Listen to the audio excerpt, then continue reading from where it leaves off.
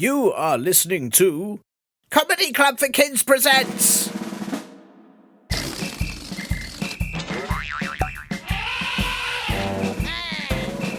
Radio Nonsense, Radio Nonsense, Radio Nonsense, Radio Nonsense, Radio Nonsense. Hello and welcome to... Oh, hang on. Radio Nonsense, the official Comedy Club for Kids podcast for all ages from... And deep breath... to...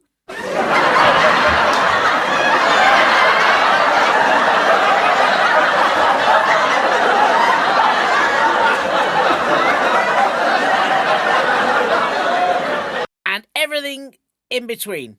I'm Tiernan, and I'm sorry for sounding a bit strange this week, but you see, I'm trying to do yoga stretches while I record the show. I'm currently in the concerned wombat pose, and deep breath. I'm now, there we go, in the uncomfortable Gregory pose. I heard that doing stretches is meant to help you relax, which I need because everything around here is always stressful, and I also heard stretching was good for your joints and reduces the risk of injuries. And as there's always something going on here at CC4K HQ that causes me to get into scrapes, I thought I could try being all a bit stretchy.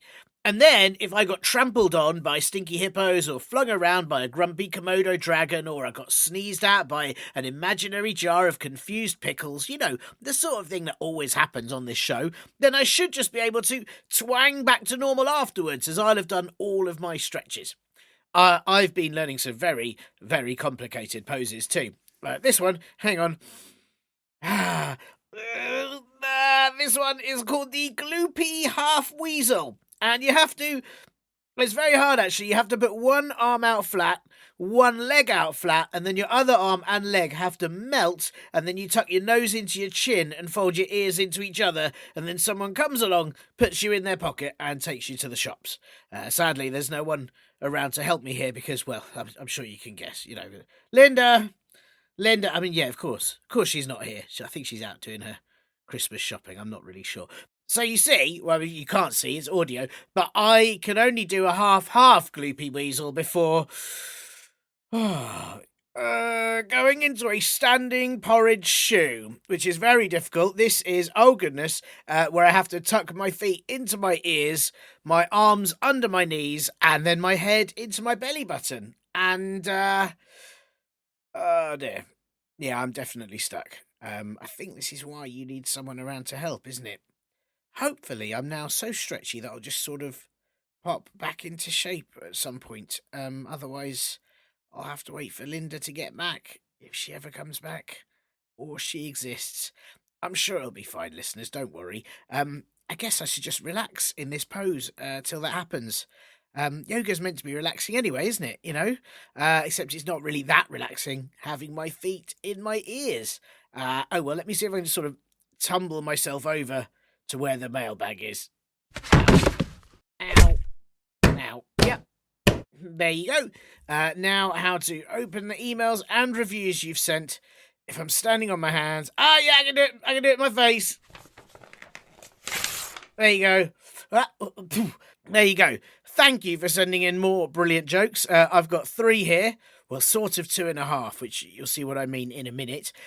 Firstly, I've got this from Ushi, who sent in this. What did the volcano say to the other volcano? I love you. Oh, no. Ow. Oh, no, I really need not to laugh while stuck in the standing porridge shoe pose, but it was too funny and it was very clever. Wouldn't it be nice if volcanoes were trying to say, I love you, when they erupted? Though, obviously, it would be better if they just said it rather than, you know, melting everything in sight. Thank you, Ushi. Such a great joke. Next up, we've got another very clever wordplay joke from Caitlin, who says she is 10 panda years old, which I think, if I've done my calculation correctly, is about 120,000 ant years or aged 4 in bison. And Caitlin sent in this. Why doesn't popcorn go out at night? Because It's not Colonel. Ow. Ow. Caitlin, that is such a clever joke. I am so impressed with what you've done there that I almost didn't mind falling over again. I've always wanted to know, if you get popcorn, do you also get corn that's other types of music, like rock corn, or jazz corn, or rap corn? Do let me know. And lastly, but by no means leastly, this was on a nice review from Ruffergufferer in the UK. Oh, hey, that's where I am. We might be neighbours, Ruffergufferer. I'm sure I've had post accidentally delivered to me for a name like that. So, the first bit of Ruffergufferer message is, Linda is a carpenter. Is she? Is that why she's never around, as she's too busy making tables, chairs, wood and flooring? But then if she was a carpenter, when I called to ask her where she was, it would work. Get it? Would work? No. And then Ruffergufferer said, joke, what travels the world but stays in a corner? And then they didn't put a punchline, so I don't know what the answer is. Instead, they just said, did you know a tornado is faster than a phone car?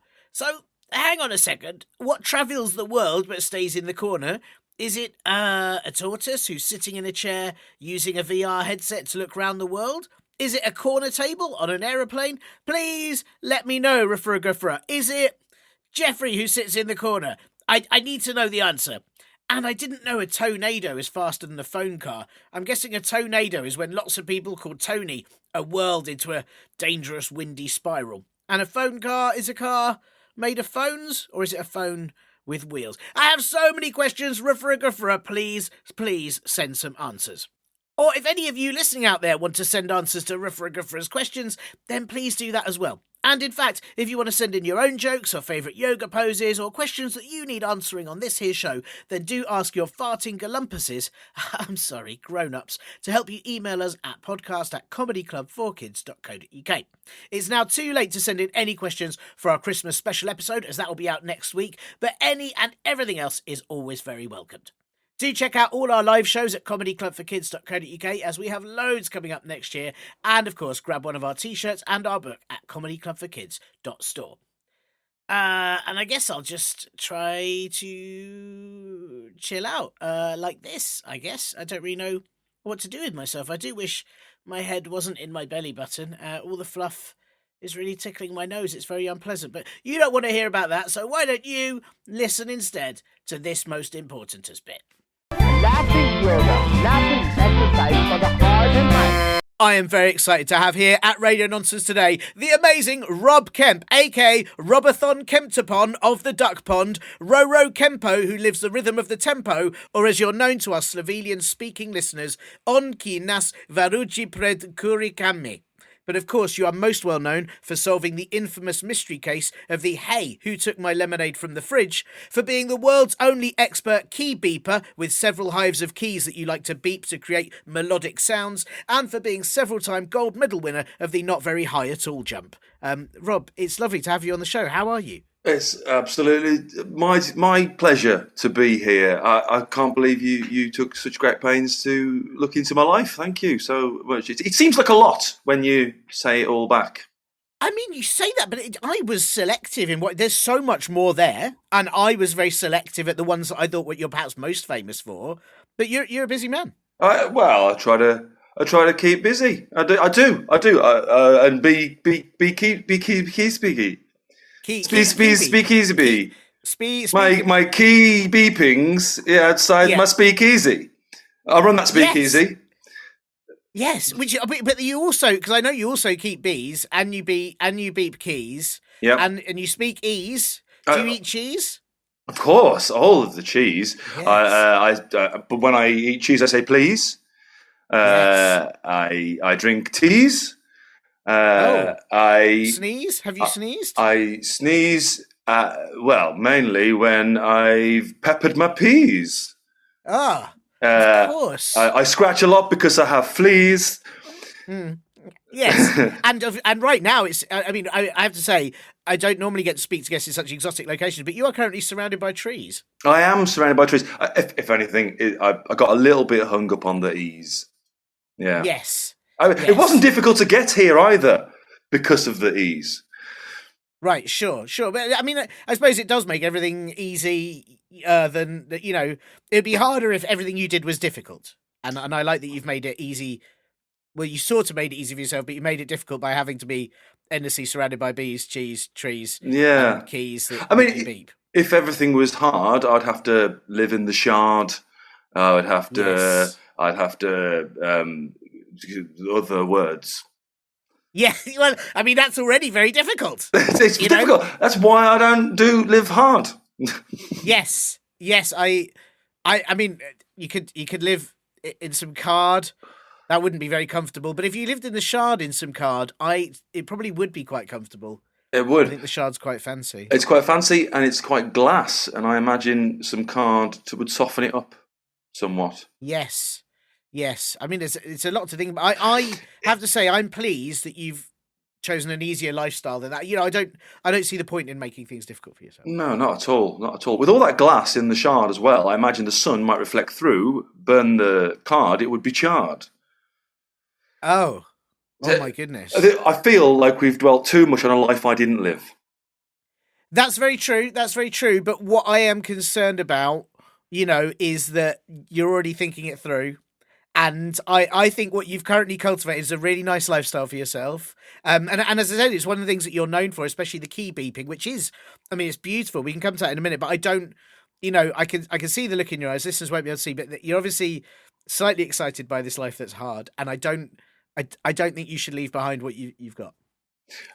You don't think I should leave behind what I've got? No.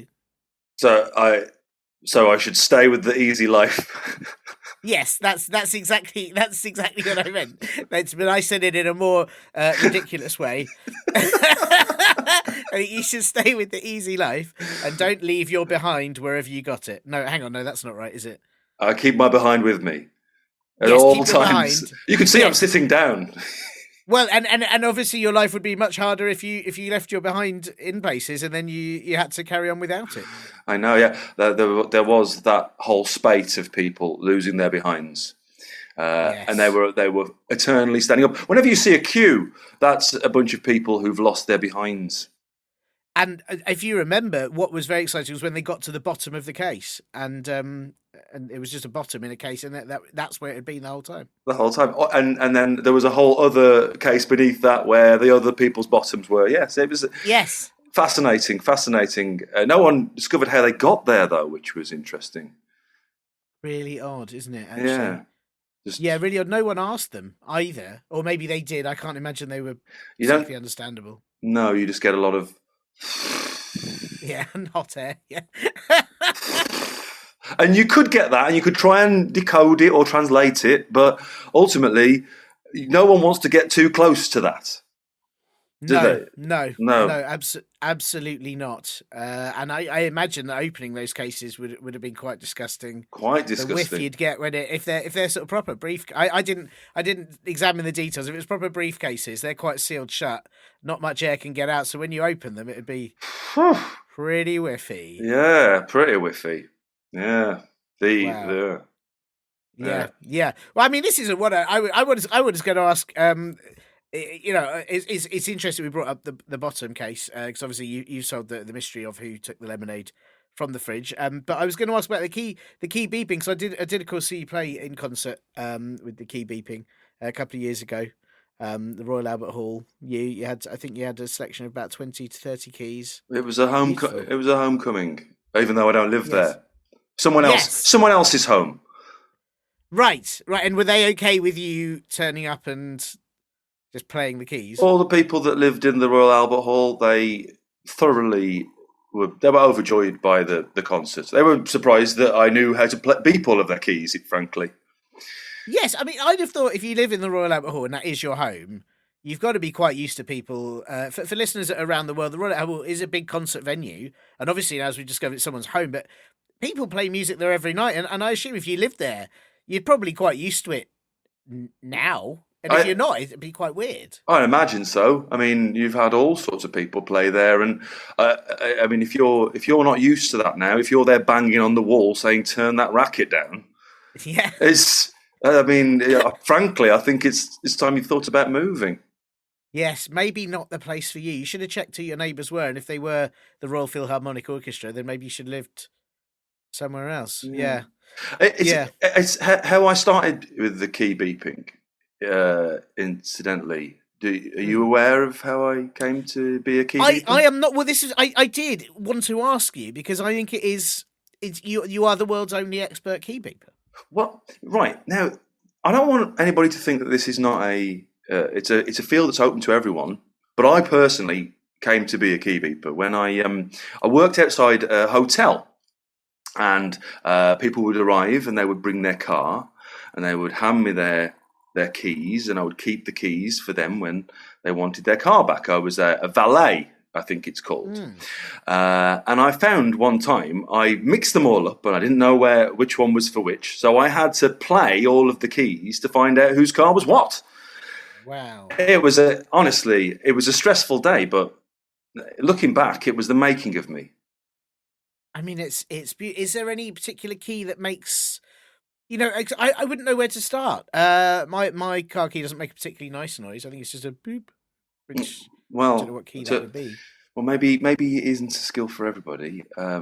It's like an untrained. I don't mean to insult you, of course, but maybe you. I imagine your skills lie elsewhere. It's like a wine, I guess. Like you drink a wine and then you sip a wine and you might not. You just think, that tastes like wine. Yes, yes. That's what mm, all our listeners. I should say all our listeners do drink wine and Dude, know all what it tastes.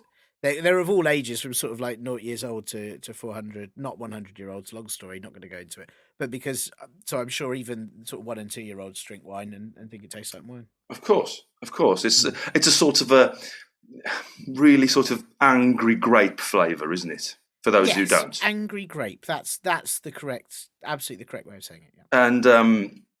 And yeah, so on first taste, you might go, "Oh, that's a mildly annoyed grape," and then you go, "Oh, I can't really tell what it's annoyed about."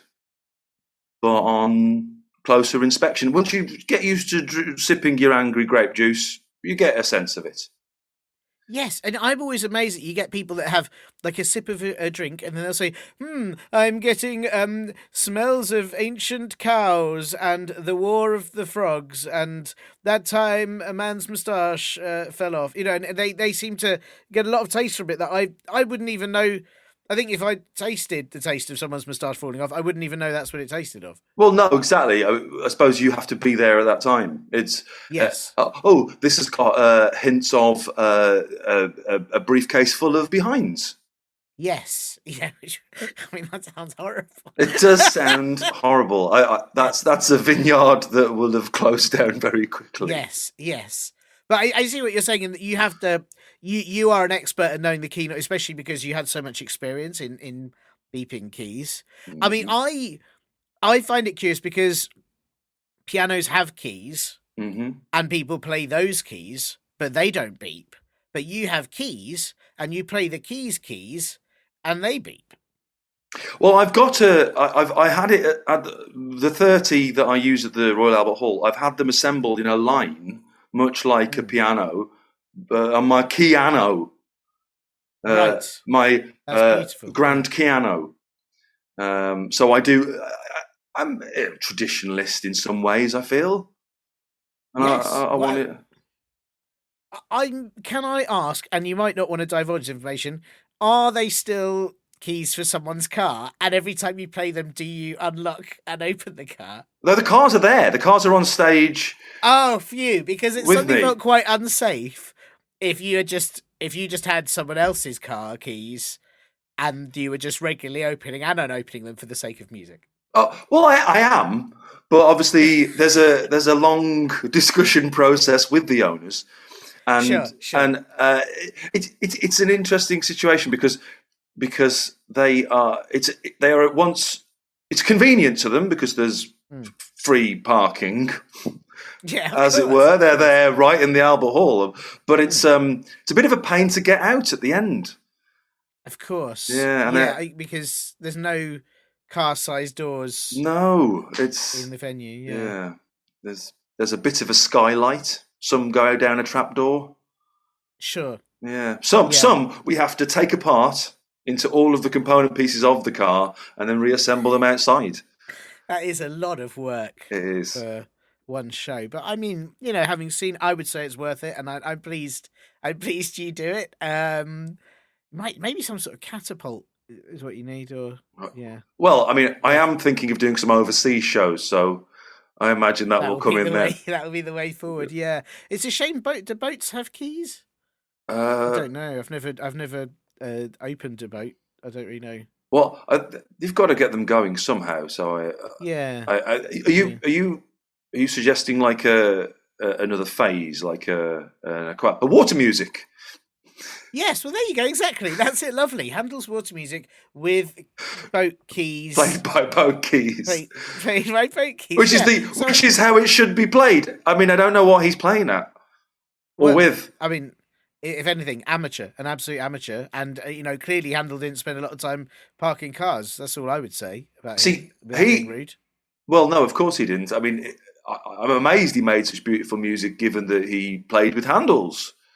Yes. Yes, I mean it is. It is remarkable the sounds he gets from those handles, and of all different types as well. There's obviously door in there. There were some briefcase actually. There were some briefcases. Early, weren't there? Yeah. Yes. Yeah.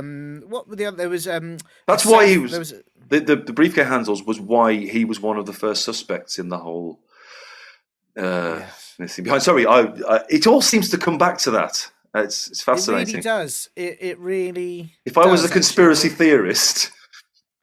Yes. If you were, and I mean, yeah, it's curious. I mean, the thing is, it can't have been Handel because he never played any bum notes, did he? He did not. No. So, yes. Well, look, listen. I mean, I'm. Maybe this question. I've got a question for you, Robin. It's such a delight having you on this show, and I've got an important question for you. And I'm worried now that question may end up coming back to the behinds in the briefcases case, especially as it hasn't been solved. But we'll see. We can only wait and see, can't we? We will only wait and see. We can. We'll see how it unravels. But... I mean, if you're unhappy with that as a possibility, then I imagine I would be looking out for some sort of sign. Sure. Well, absolutely. So I will. Let's see how we go, because I feel like there are. I knew you're an expert in many things. I knew you were already investigated that case of the lemonade. I feel like we're unraveling some mysteries here, or perhaps just our minds. And so, before we get to the big question, which I think you are the person to answer. I've got some admin. Rob, and I hope that's okay. It's important to have admin, isn't it? And the first bit of admin is I'm not sure if you're aware, but this is an audio podcast, and so as I say every week, our listeners do listen to it with their ears, but they may also listen with their bums or their knees, and we don't discriminate. However they choose to listen, that is fine. But I wondered, because it's an audio podcast, if you had a favourite noise. And if perhaps you could even make it for us. My favourite noise is the sound of it's the sound of a thrumming. Oh. Or occasionally I do enjoy surrounding myself with crickets. Yes. We can hear that. A whistling, squeaking sound. Yeah, it makes me feel at ease. Yes. Oh, of course. So more than bees or fleas. More than bees and fleas. Yes. Yeah, just a sort of a. Yes. Well, I like the thrumming, because what I like about thrumming noise is because it can be for like a machine kind of. There's like a machine in motion, or it can be just a very grumpy posh man. Yeah. It could also be like a ceremony, like a series of gathered monks of some sort of sect, or throat singing. They do that in some places. Throat singing is amazing. I mean, I'm not doing it because I can't do it. I'm a key beeper, but it's glorious how they make all those guttural sounds. Sort of a gentle underlying cuddle. Yes, of noise. It's beautiful. I mean, I have to say, I know you say you can't do the throat noise, but your thrumming is excellent thrumming there. I'm not even doing it now. I don't know who's This is doing. weird. I don't know what's doing that. That's very weird. Is there a large machine near you? Oh yeah, there. Oh, Sorry, my but my goodness. thrumming sounds more like. Oh, that's nice as well. I mean, it could also be bees, actually. Yeah, Could be bees. it could be bees. I mean, I am starting to wonder, and again, maybe this is on my mind because we've had all these conspiracies and we're trying to unravel mysteries. I am wondering if perhaps inside all these machines or indeed beehives, there are some monks or very posh old men. Well, you don't see many monks or posh old men around on the street or at school, do you? No, which is weird. So where are they? That's what I want to know. I imagine Yeah. they're in the machines. Yeah. And Making them work. when you ask a posh old man, what do you do, and he goes, and he's sort of telling you, isn't he? Our previous Prime Minister Boris Johnson, he used to make that sort of sound because he was preparing to go and be part of a machine.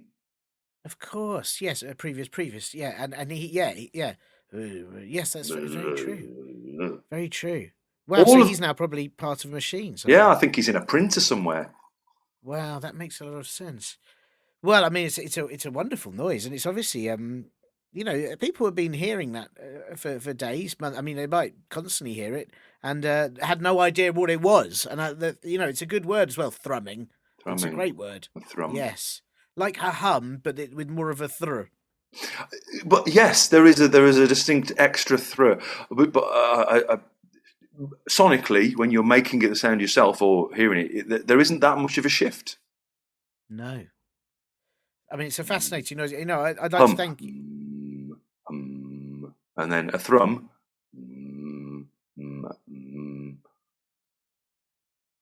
Hang on a second. Are you suggesting that hums are masquerading as thrums? I'm thrums are masquerading as hums. I'm suggesting that we've been taken for fools all this time. They should be called thrum-bugs. Wow. Thrumpty Dumpty. Yes, the thrumbicide. Yeah. Wow, I'm shocked and appalled, and I'm once again you've exposed something that is deeply wrong with the world, and I thank you, Rob, for this podcast, the only place you're going to hear truths like that. So, wow. Yeah. Well, thank you, and excellently well made noise, and wow, this is big. Okay, listen, Rob, let me get this other admin bit out of the way because I don't know where this is going to go, and I'm quite excited, a little bit scared, but we've. Obviously, the other thing with this podcast, apart from being audio, is it is a family-friendly podcast. It's suitable for people of all ages, as I mentioned, and not 100-year-olds. Long story. Is there any words that you won't be saying to make sure this stays family-friendly? I couldn't possibly say thrumbumple. Oh, no. No, don't say thrumbumple. Or homework is also one that really makes me gag. Oh, goodness, yeah. Wow, no, please don't say homework. Yeah. We will get shut down. Yeah, so if I were to, I would want you to beep it out or be it out. Yes. Or, just like cover it up. I'm not going to. Don't worry. I'm a man of control. Don't worry. Well, that's good. Yeah, because my worry is you'd say homework or thrumbumple, and then I'd have to beep it out, but then I wouldn't beep it out with the expertise that you can beep things out. And then people would think that you'd just done a beep, but perhaps you weren't as good at it as you are. And then we're in a whole situation. We do run workshops on beeping. Right. I mean, we probably don't have time to before the end of this recording, but are you suggesting that should we say homework or thrumbumple, which neither of us will? I'm no. Obviously, it's that I then attend a workshop to then learn how to beep it out, to then come back and beep out in time. Yes, in time. Yes. If you do arrive in the room, I insist that you move out the way for you so that you can beep with expertise. No, I just think that we want to make sure we can make the best of this, don't we? No homework will happen, especially while this podcast is occurring. No homework, and also Thrumbun pulls a way out. Yes, well, thank you very much, and I appreciate that. And obviously, you won't be saying that. I won't be saying homework and Thrumbumble either, and I really appreciate that. And listeners know that they're safe, and if they're not safe, I will attend a key beeping workshop and make sure that it's quite an effort, but I will do it. The level of care you take over your listeners is excellent. That you would take all these steps to avoid saying And provocative words yes, like homework yeah. and Thrumbumble. Yes, well, and never once has anyone said trouser hurricane on this show. So like we really care. There's a lot that's just never happened, and it's because I'm very careful about it. So And it's well, thank you. I appreciate you noticing that, Rob. It means a lot. Now, listen, I've got the big question for you, and I hope you're ready for this. But I asked you on this show. I'm very pleased you could make it because I think you are the person that can answer this really, and answer this with the gravitas and the care that is needed. And there's a lot here. So let me go through this bit by bit. So this question is from Sir Goose Bagel the Third, who is 9 hams and 3/4 pineapples in age, or as they say in silly person talk, 9 3/4. Which, I mean, the fact that they also speak silly person shows they are really Sir Goose Bagel. They are obviously a very high, high status, very learned. They speak both in pizza toppings and in silly person. That is. I mean, I feel quite honoured to have received this letter, I have to say. They did point out that their gullible doofhorn, their mum, helped them send this. But that's, you have to, grown-ups have to have a use, right? Otherwise, what's the point? Is that not, because if it's Goose Bagel the Third? Yes. So of the Goose Bagel dynasty, I believe so, yes. As the third, that would make their father, Sir Goose Bagel the Second. I believe so, yes. And their grandfather, Sir Goose Bagel the First. Yes, and then the great-grandfather, Sir Goose Bagel the prequel. Yeah, and and there'd probably be 3 of those, as is usually the case. Yes, that's true. The great-great and the great-great-great, and then there'll be sort of Sir Goose Baguette, probably the inquisitive. It'll go. And they have that branch off on the family tree for the Goose Croissants. Yes, of course. Yes, it's quite a long family lineage, isn't it? Because I do believe there's also sort of there's duck muffins, aren't there? There's the duck muffins. I believe you've also got the moorhen brioche. the swan, the twisty one. Oh, the twists. It's the cheese twists. Swan cheese twists. That wasn't. No, I don't think that's what they're called. Yes, and is it not? The salty ones. The swan pretzels. The swan pretzels. Oh my goodness! I feel like they're like some of the most famous duck bread based families in the world. Yeah, absolutely. But in silly person talk, as you said, his mum. What is it in how did he refer to her? Well, he said my gullible doofhorn. Now I should give you some background on this podcast. I regularly forget what grown-ups are called, and so I often refer to them as like sort of lolloping guff factories. It's my bad. I just I'm sorry. Grown-ups I am sorry. So but it could be that his mum is called gullible doofhorn, and I've got this wrong. So I'm not entirely sure. But that would make her Lady Gullible Doofhorn. It would, yes, it would. Yeah, of the famous Doofhorn family. Famous Doofhorn family. This is a real meeting of the. Can I just say in advance to Sir Goose Bagel the Third, it is an honour to be able to field your question if that is what I'm eventually going to do. Yes, and I mean, look, listen, I don't think you're going to believe this question as well because it's a big like Sir Goose Bagel has really trusted us. The third, has really trusted us with quite a big question. So I'm gonna So Goose Bagel the Third's question is: why did a frog turn me into a goose? Oh, you're good at mysteries. Wow. Mm. Oh my word. Yes, it's big. It is really, really big. Wow. Okay. Let me. What? I don't feel like I've got the full picture here. That's the issue. Mm, Like, sure. what was Sir Goose Bagel the Third prior to being a goose? It's tricky, isn't it? Because I don't know if he was a bagel Hmm. or if Goose is simply a first name. Uh, I mean, this is the thing we haven't discussed. We obviously know about the family tree. I don't know if Goose Bagel is the family name and there's actually a first name before that. Goose is the first name, or indeed they are a bagel or a Hmm. person. I mean, I'm going to assume that they weren't a goose. Yes. They had to have not been a goose, Mm, and that previously they were everything. They could have been anything else other than a goose. yes. Right. Right. Well, then that sounds like this frog took one look at whatever they were Mm, and thought, "You're not nearly goose enough." wow. Yeah. I mean, it could be that they were a giraffe and they were just too tall, not really goose enough. It could be that they were a hospital and they were not Mm. quite goose Not enough. goose at all. Not Not goose in the at all. least Yeah. bit goosey. Right. If they were a clown's horn Mm. and they made that sort of ha ha ha ha ha ha, that is Yes. marginally goose.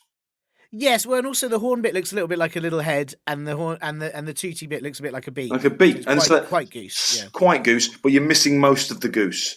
So I Mm. would probably say the frog turned you from whatever you were into a goose because you weren't goose enough. I mean, this is. I think that is a fantastic answer. But let me.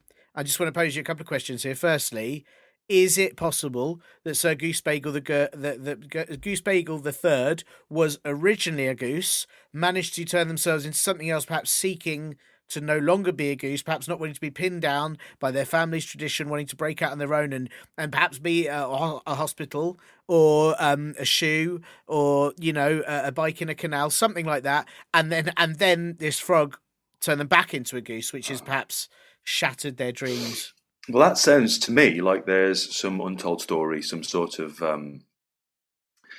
beef, Yes. some previous argument that Sir Goose Bagel the Third had with this frog that made this frog want them not to be content and happy in their non-goose life. It's very And sad. and if that is what it was, then Yeah. maybe go and have a word. Go and say, It's a good. did I upset you? Can you make me a goose again? No. Can you ungoose me? Degoosify. Yes, degoosify is the correct word. Yes, If absolutely. you were to degoosify me and Mm. turn me back to whatever I was, I don't feel like we've got all the details here. No, I think you're right. I think you're right. And I just want to clarify that because you said have a word, and then you said a full sentence. Is there a specific word you would choose to use if it was just one Um, word? please. Yeah, that's And nice. then the Let's try frog, those. knowing that they'd done the goosing, Yeah. would be able to extrapolate Yeah. the plea. Yes. Well, that is very good. I think you're right. We don't have enough to. I mean, I for one, I know many stories of frogs being turned into princes, princesses. Mm. Um, I don't know of any stories of frogs turning geese into non-geese or non-geese into geese or frogs turn. I didn't know frogs possess that ability. It's you see all this stuff that we know of the frog community in fairy tales being princes in disguise. It is largely frog propaganda. Right. I think it's fibs that have been told on behalf of the frog community trying to ingratiate themselves, and there they are smearing the good names of upstanding witches and sorcerers, turning saying, "Oh yeah, we're the victims all the time. We're the Mm. victims." When in actual fact, they've got the powers as well, and they sort of deny it. Yeah. Because I did wonder for years if the frogs were just always all about, yeah, I'm definitely a prince, and then they get invited to royal weddings, get to eat all the little sandwiches, and then they go home, and they've got away with it again. They are Magical Kingdom wedding crashers. Yes, Their own yeah, weddings frequently, yeah. and they go, "Oh yeah, you suckers, I've fooled you, and I'm not a frog. I mean, I am a frog. Here, look at this goose. It used to be a hospital." I mean, from everything we've said so far, you really, I don't know if I like frogs anymore. I mean, I don't know if I liked them particularly before, but I definitely don't like them now. And I am starting to wonder if Sir Goose Bagel III was a goose, stopped being a goose, was turned back into a goose by a frog who's just a bit of a horrible frog. Maybe I'm being too harsh on the frog community. Maybe Sir Goose Bagel became a frog because it was the good life. It was the easy life. Oh, enjoying crashing weddings. Yeah, and then he crashed a wedding too many, possibly the wrong wedding, possibly the frog, the frog of which we're speaking, and then you cross the wrong frog, and then you're a goose.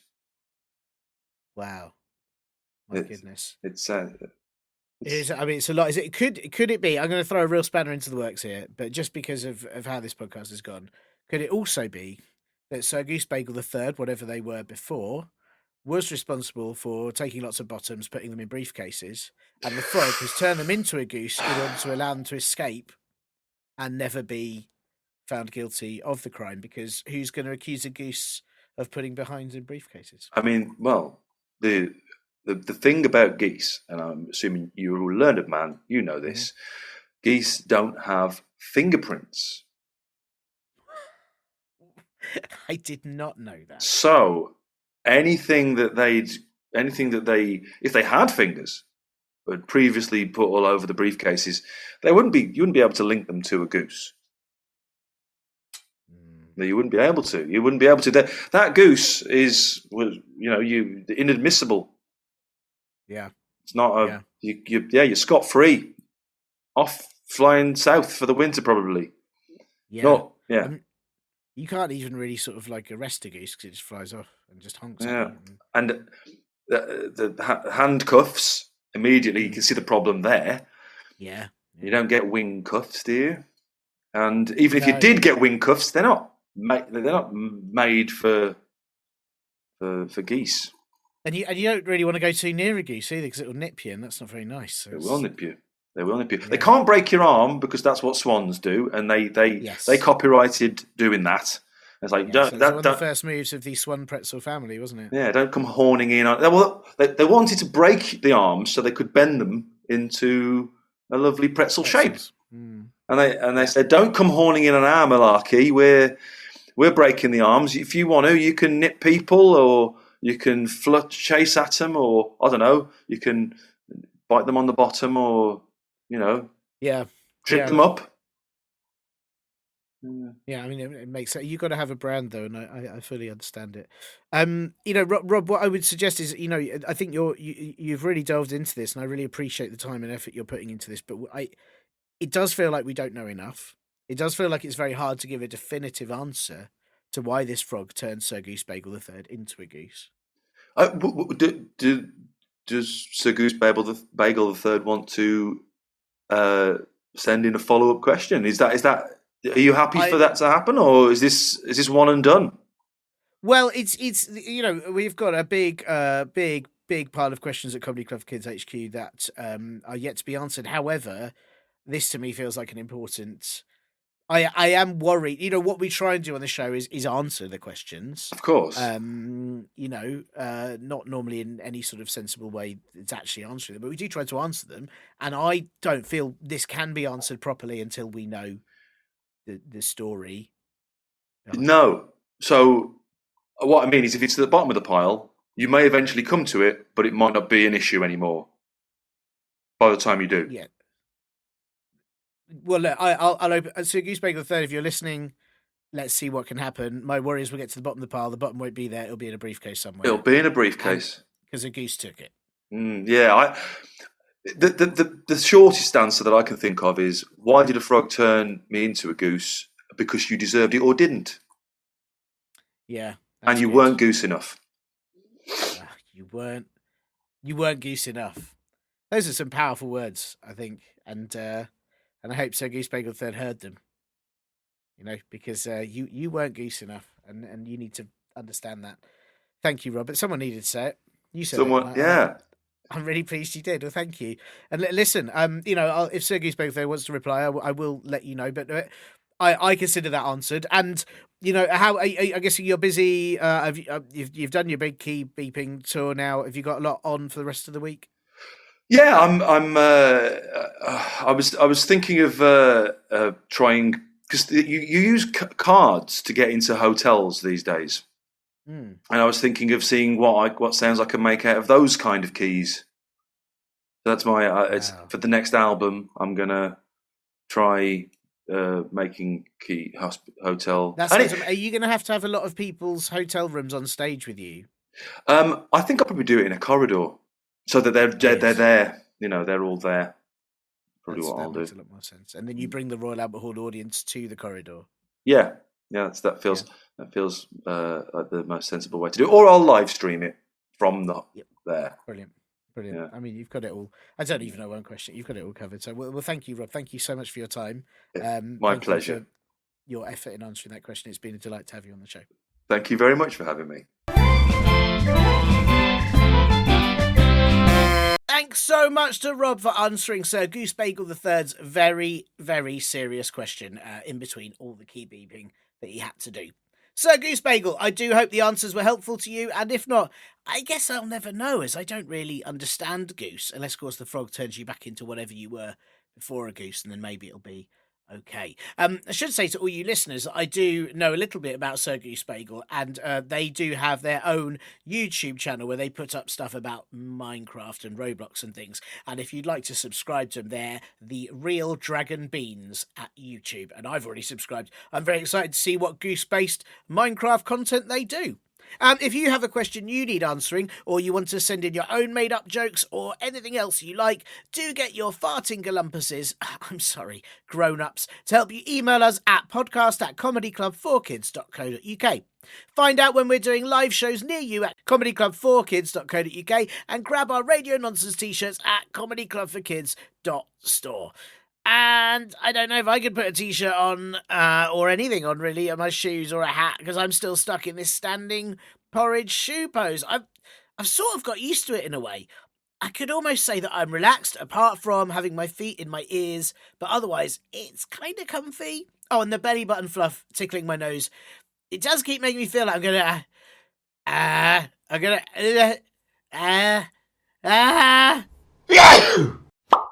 Oh, and I'm all back to normal. Thank goodness for that. Well, I was wrong. It is actually a lot more comfy being in this shape, this normal shape that isn't a pose.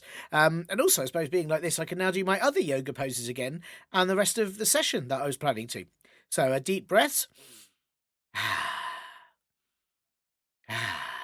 And the next one is Disorientated Crescent Honey Nut Loops Traffic Warden. I can just lift my right leg into my nose and my left arm around my little right toe and my... oh no, there's nothing to stick on my nose. I'm going to have to be stuck like this. I guess I've just got to live like this now. Deep breaths. I'm sure it'll be relaxing eventually. See you next week for our Christmas special. Bye! You have been listening to Comedy Club for Kids Presents.